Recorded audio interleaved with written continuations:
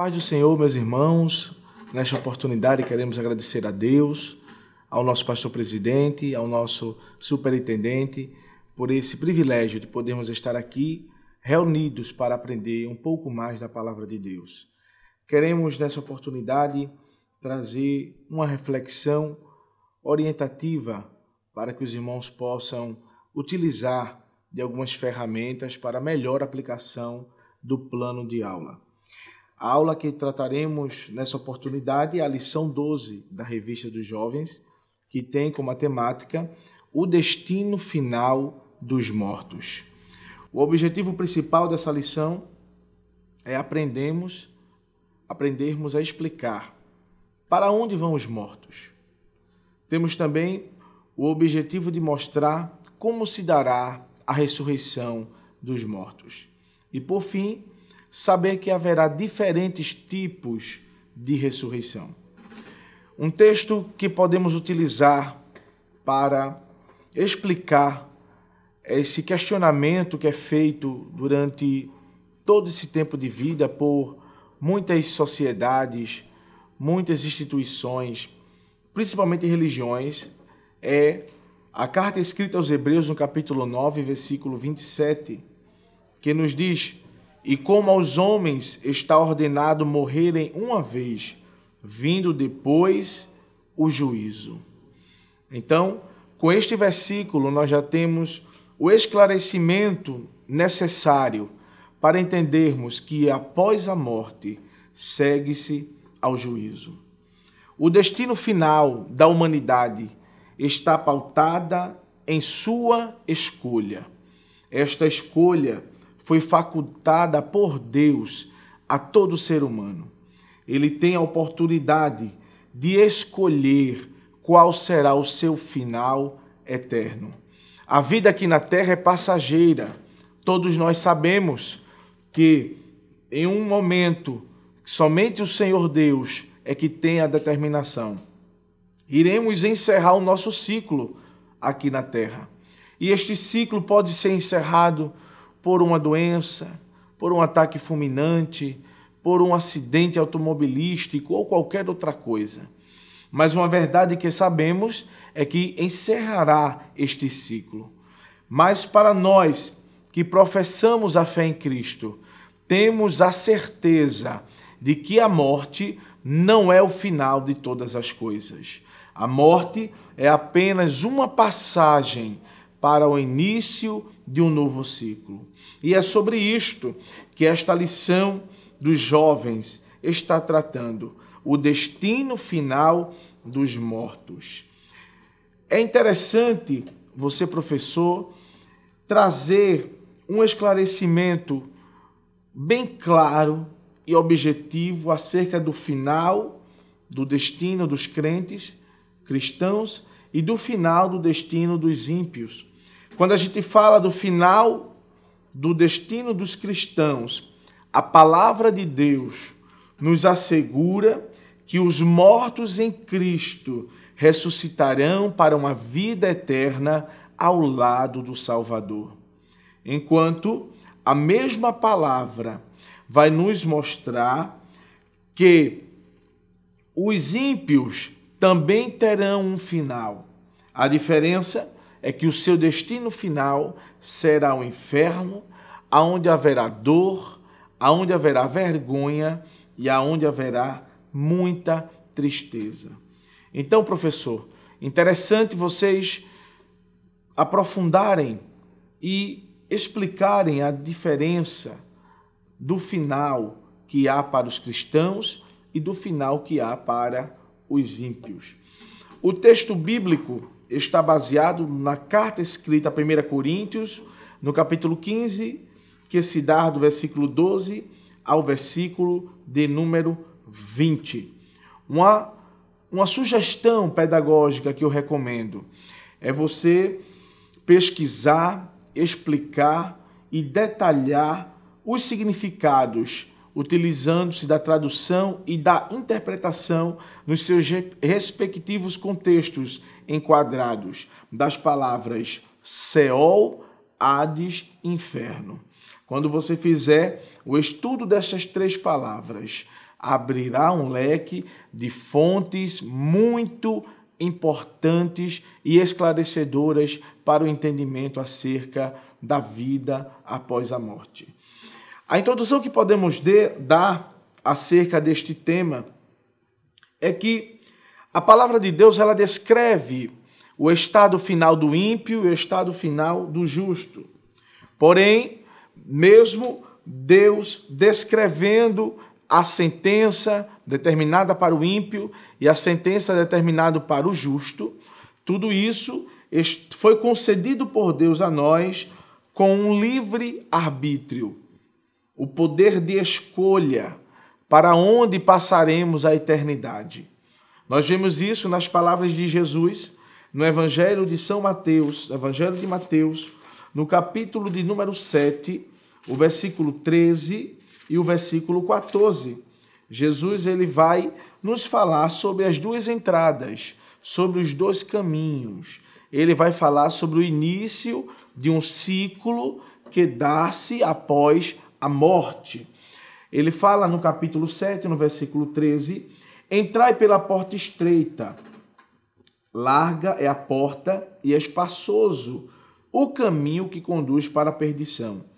E são muitos os que entram por ela, porque estreita é a porta e apertado o caminho que conduz para a vida, e são poucos os que acertam com ela. Através destas palavras, Cristo está nos mostrando, está nos cedendo a oportunidade de escolha, a oportunidade de decidirmos o que queremos para a eternidade.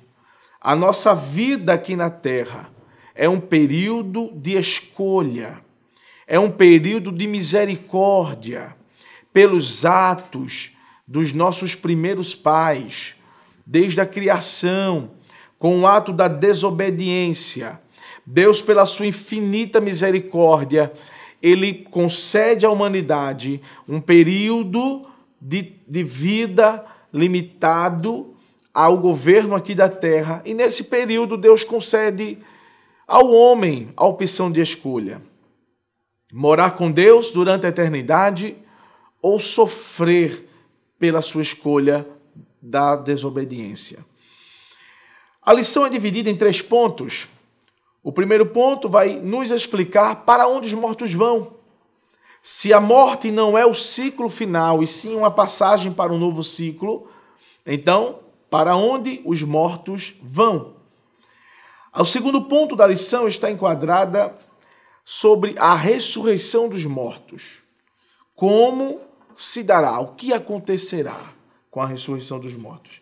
E o terceiro ponto encerra a lição falando acerca dos tipos de ressurreições. Vamos para o primeiro ponto. O primeiro ponto, para onde os mortos vão, nos dá um subtópico: o enigma da vida e o enigma da morte. A vida não surgiu do acaso, mas foi por uma ação de Deus. E quando Deus fez o plano da criação, o objetivo de Deus em criar o homem, de criar a mulher e colocá-los no Éden, era um objetivo para que o homem pudesse glorificar a Deus através da obra maravilhosa arquitetada pelo Senhor. E nesse projeto, nesse planejamento, não haveria angústia, não haveria o sofrimento e tampouco a morte. Entretanto, Adão e Eva pecaram e perderam a comunhão com Deus. Gênesis capítulo 3, no versículo 6, ele nos mostra a morte entrando no mundo por intermédio deste casal. O apóstolo Paulo, escrevendo a carta aos Romanos, no capítulo 5 e no versículo 12, veja que interessante. Ele fala: portanto, assim como por um só homem entrou o pecado no mundo, e pelo pecado a morte, assim também a morte passou a todos os homens, porque todos pecaram. Todos pecaram. Se por um homem entrou a morte no mundo, obviamente que por um homem também a morte teria que ser aniquilada. E este homem vai ser o nosso Senhor e Salvador Jesus Cristo, a qual mesmo apóstolo Paulo, escrevendo a sua carta também aos Coríntios, vai nos mostrar que Cristo é o segundo Adão. Se o primeiro Adão foi um homem natural e por sua limitação, fragilidade humana, cedeu ao pecado e através do seu pecado gerou-se a morte. E esta morte, ela vem como uma recompensa pelo pecado, de uma forma física e espiritual. Da forma física, ela atinge o nosso corpo, fazendo com que ele se deteriore e volte a ser pó da terra. E como uma recompensa pelo pecado, atingindo o espírito, ela faz com que o homem seja excluído da presença de Deus.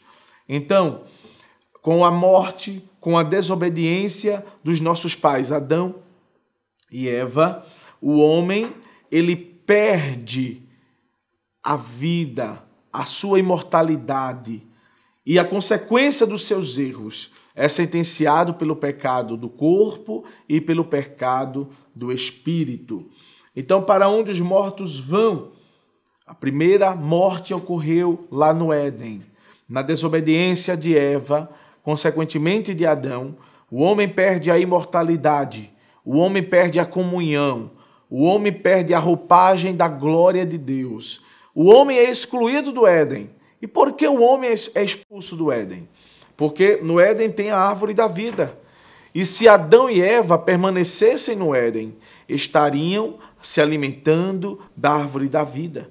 E por conta dos seus pecados, atingindo o corpo se deteriora e volta a ser pó. Mas atingido o espírito, eles seriam sentenciados à condenação eterna. Então, nosso Deus demonstra o seu amor, demonstra a sua misericórdia. Logo após o delito da desobediência, Deus expulsa Adão e Eva do Éden para que pudéssemos fazer parte do plano da redenção do Senhor. Então, o primeiro subtópico fala do enigma da morte e o enigma da vida. O segundo subtópico fala sobre o estado intermediário dos salvos. O que seria o estágio intermediário? O que seria o estágio intermediário? Como poderíamos defini-lo? É justamente esse estado intermediário dos salvos que ocorre quando a morte chega para o ser humano. Quando o fôlego de vida é retirado. O homem entra no estado intermediário. É a circunstância entre a morte física e a ressurreição. Este estado intermediário ocorre tanto para os que vão ser salvos, como para os que não serão salvos. Após os salvos em Jesus Cristo e os ímpios mortos, eles não podem mudar a sequência das suas escolhas. Após a morte já é sentenciado. Eternidade com Deus ou eternidade sem Deus. Os salvos em Jesus Cristo e os ímpios terão destinos diferentes, de acordo com o evangelista João. João no capítulo 5, no versículo de número 28 e 29, eu vou ler do versículo 24. Em verdade vos digo que quem ouve a minha palavra e crê naquele que me enviou tem a vida eterna. Não entra em juízo, mas passou da morte para a vida. Em verdade vos digo que vem a hora e já chegou, em que os mortos ouvirão a voz do Filho de Deus, e os que a ouvirem viverão. Porque assim como o Pai tem vida em si mesmo, também concedeu ao Filho ter vida em si mesmo. E lhe deu autoridade para julgar, porque é o Filho do homem. Agora atento para o versículo 28. Não vos maravilheis disto, porque vem a hora em que todos os que se acham nos túmulos ouvirão a sua voz e sairão. E os que tiverem feito bem para a ressurreição da vida. E os que tiverem praticado mal para a ressurreição do juízo. Então, após a morte, vem o estado intermediário. E esse estado intermediário é tanto para os santos como para os ímpios. Jesus fala isso no Evangelho de João. E, com esta afirmação dada por Cristo, a gente elimina completamente a hipótese de um purgatório, como é falado pelo catolicismo. A gente elimina a hipótese do sono da alma, como falam e defendem algumas religiões. E nem tampouco a reencarnação. Então, depois da morte, como eu li no início desta exposição, segue-se ao juízo. Hebreus 9, 27. Então, é importante, querido professor, você passar isso para os seus alunos. É importante você frisar, você descartar. Se você puder dedicar um tempo para ter o conhecimento acerca do purgatório, do que vem a ser o sono da alma, do que vem a ser a reencarnação, é importante. Você, através do texto bíblico, eliminar todas essas ideologias religiosas que defendem o purgatório, que defendem o sono da alma e que defendem a reencarnação. Então, uma outra passagem que a gente pode utilizar como explicação para esse estado intermediário é justamente a citação que Cristo fala da experiência, a citação do homem rico, do mendigo e do rico, de Lázaro e do rico. Está lá no Evangelho de Lucas. A história narrada por Jesus nos mostra que Lázaro teve uma vida de dor e sofrimento. E neste mundo ele perseverou.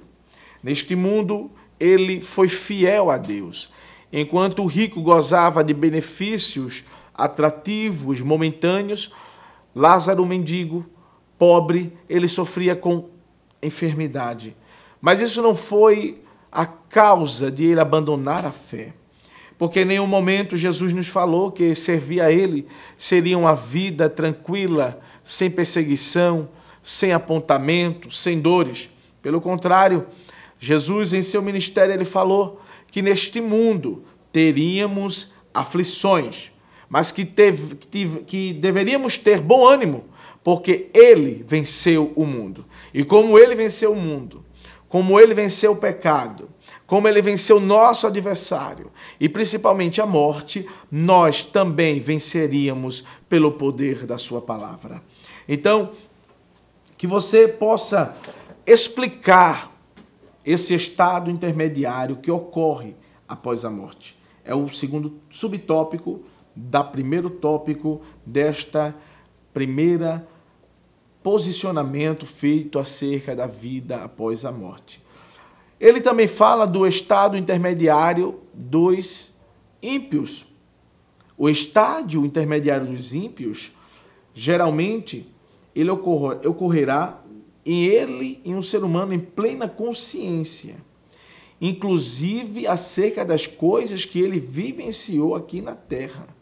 A passagem citada por Jesus do rico e do mendigo nos mostra que ele estará em plena consciência. O estado intermediário do justo conduz ele para o seio de Abraão, chamado paraíso. E o estádio intermediário do ímpio conduz ele para o Hades. Serão deslocados para lugares diferentes, enquanto os anjos conduzirão o justo para o paraíso. Aos ímpios, quando morrerem, eles serão conduzidos para um lugar denominado no grego de Hades, que é comumente traduzido como inferno. Então ninguém escapará desse evento. Ninguém poderá se livrar, porque a morte vai chegar para todos, a não ser aqueles que alcançarem o arrebatamento. Mas o ciclo final aqui da terra, ela existe, é real e verdadeira. O segundo subtópico que a lição nos trata é acerca da ressurreição dos mortos. Nós aprendemos até então que, após a morte, os mortos serão deslocados para, dependendo da sua escolha, para o paraíso ou para o inferno. para aguardarem o julgamento. Mas isso ocorre logo após o evento do arrebatamento da igreja. A ressurreição dos mortos. É possível a ressurreição porque Cristo, ele vai ser a primícia dos que dormem. Como é que a gente tem a informação, essa certeza de que participaremos da ressurreição? O apóstolo Pedro, escrevendo sua carta, 1 Pedro, capítulo 1, versículo 3, ele nos dá uma esperança em um mundo que vivemos desesperançado. Ele fala: bendito Deus e Pai de nosso Senhor Jesus Cristo, que segundo a sua muita misericórdia, nos regenerou para a vida, para uma viva esperança, olha, mediante a ressurreição de Jesus Cristo dentre os mortos. Aleluia! É por conta da ressurreição de Cristo que despertou na humanidade uma esperança que estava desesperançosa. Na nova ressurreição, no corpo glorificado que receberemos, não sofreremos com a velhice, não sofreremos com a fraqueza, não sofreremos com nada que acometa o nosso corpo que venha prejudicar, porque estaremos num corpo glorificado. E isso que nos garantiu foi o nosso bom mestre Jesus, que nos garantiu uma esperança após a vida eterna. Se Jesus não tivesse morrido, se Jesus não tivesse sido primogênito dos mortos, hoje estaríamos sentenciados à morte e sem esperança. Mas glórias a Deus, glórias a Jesus, que por conta da sua ressurreição abriu-se as esperanças que haviam sido perdidas lá no Éden. Uma das temáticas pregadas pelos discípulos sempre foi os ensinos acerca da ressurreição. Esta ressurreição, ela é uma esperança que nós temos para um mundo desesperançoso, mas ela também é uma promessa. João capítulo 6, no versículo de número 44, acompanhe na sua Bíblia, ele fala: de fato, a vontade de meu Pai é que todo homem que vir o Filho e nele crer tenha a vida eterna, e eu o ressuscitarei no último dia. Aleluia! É uma promessa. E o nosso Deus, ele é fiel para cumprir com a sua promessa. Esta promessa também é firmada pelo apóstolo Paulo quando escreve à igreja aos Coríntios, no capítulo 15 e no versículo 34 ao 44, você verá Paulo reafirmando a promessa da ressurreição. Abraão, ele acreditou na ressurreição. Por isto que ele ofereceu o seu único filho, Isaque, para sacrifício quando Deus o pediu como prova de fé.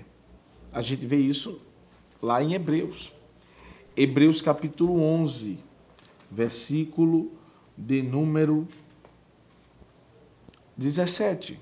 Olha que coisa maravilhosa. Pela fé, Abraão, quando posto à prova, ofereceu Isaque. Estava mesmo para sacrificar o seu unigênito, aquele que acolheu alegremente as promessas, a quem se tinha dito: Isaque será chamada a tua descendência, porque considerou que Deus era poderoso até para ressuscitá-lo dentre os mortos, de onde também figuradamente o recobrou. Abraão confiou, ele oferta o seu sonho, ele oferta o cumprimento, a realização de um sonho, de ter filho. E quando Deus dá o seu filho em meio a um cenário milagroso, Deus o pede de volta. Deus prova a sua fé. Mas o que faz Abraão fortalecer a sua fé é acreditar que Deus era poderoso, para que se o Senhor levasse a vida do seu filho naquele momento, Deus poderia ressuscitar o seu filho. Então a ressurreição é uma promessa que está palpável para cada um de nós. Os mártires entregaram sua vida a fio de espada, perderam sua vida aqui na terra porque acreditaram na esperança da ressurreição. E você, meu professor, meu amigo, você tem que estudar e mostrar que a ressurreição é algo real. A morte da morte. Veja só, no juízo final, o inferno entregará os mortos que estiverem ali e todos os ímpios serão julgados de acordo com as suas ações. Apocalipse capítulo 20, versículo 14, ele fala da morte da morte. O estado intermediário conduz o ímpio para o Hades, para o inferno, que vai ficar aguardando o julgamento do trono branco. E logo após o julgamento, Deus aniquilará para sempre a morte e o inferno. Ele fala, e a morte e o inferno foram lançados no lago de fogo. E esta é a segunda morte.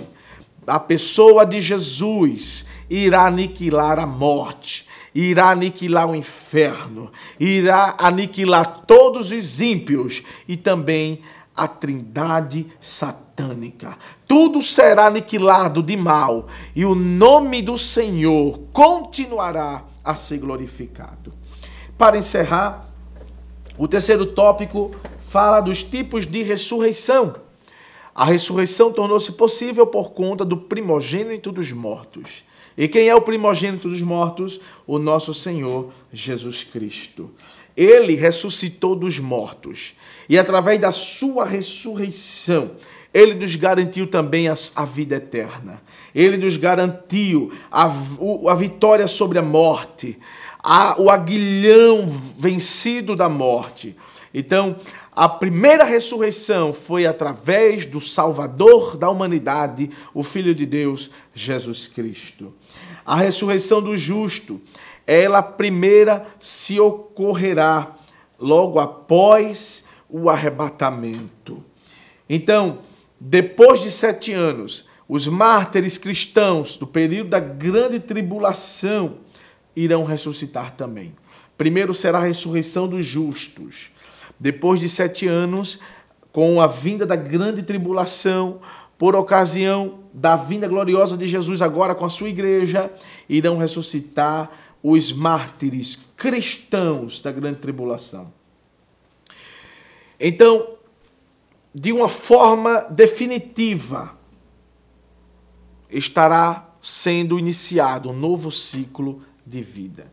Primeiro o arrebatamento, primeiro a ressurreição dos justos, depois a ressurreição, após os 7 anos, a grande tribulação dos mártires da grande tribulação, e também haverá a ressurreição dos perdidos, aqueles que estarão na grande tribulação, mas mesmo vivenciando elas, não alcançará a salvação por não aceitar a Cristo como o Salvador. Então, essa ressurreição dos mortos será a ressurreição dos ímpios, chamado de ressurreição da condenação, ou ressurreição dos injustos.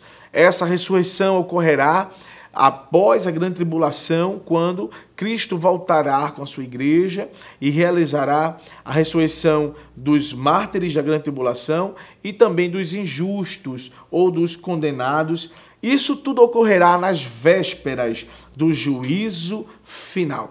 Então é justamente nessa ocasião que os maus, à exceção da trindade satânica, ressuscitarão para comparecer perante o Senhor Jesus no grande trono branco. Então, nesta oportunidade que temos aprendido alguns subtópicos de fundamental importância para o nosso entendimento. É importante, professor, você falar sobre cada ponto que foi externado nesta aula. Definir, explicar para onde os mortos vão. A segunda coisa que aprendemos, mostrar como se dará a ressurreição dos mortos. E por último, saber que haverá tipos de ressurreição. Então, que você possa aplicar essa palavra, que você possa questionar, incentivar seus alunos. Como a morte entrou no mundo? A morte entrou no mundo por intermédio da desobediência de Adão e Eva. O que é o estado intermediário? É muito importante você ensinar isso em aula. O estado intermediário é justamente a circunstância entre a morte física e a morte espiritual, tanto dos salvos como dos ímpios. É o estágio aonde o espírito ficará ou no paraíso para os justos, ou no Hades para os injustos ou ímpios, aguardando o grande julgamento do trono branco. Uma outra questão: após a morte existe vida? Existe, sendo que agora uma vida eterna, que está condicionada à escolha de servir a Cristo e aceitar como Salvador, ou não servir a Cristo e aceitar a condenação eterna. Então, depois da morte para os salvos existe juízo tanto para os salvos como para os ímpios. Agora, a escolha do seu período aqui na terra é que vai definir a sua eternidade. Amém? Que Deus nos ajude, que Deus nos abençoe, em nome de Jesus, e até uma próxima, para a glória de Deus. Você sabia que a Livraria Arca Missionária vai até você? Pois é, para sua melhor comodidade, sua livraria agora dispõe dos serviços de entrega. Tudo isso para que você, amigo leitor, desfrute de boas literaturas sem sair do conforto da sua casa. Entre em contato conosco através do nosso WhatsApp 81982867808 ou através das nossas redes sociais. Livraria Arca Missionária, cada dia mais perto de você.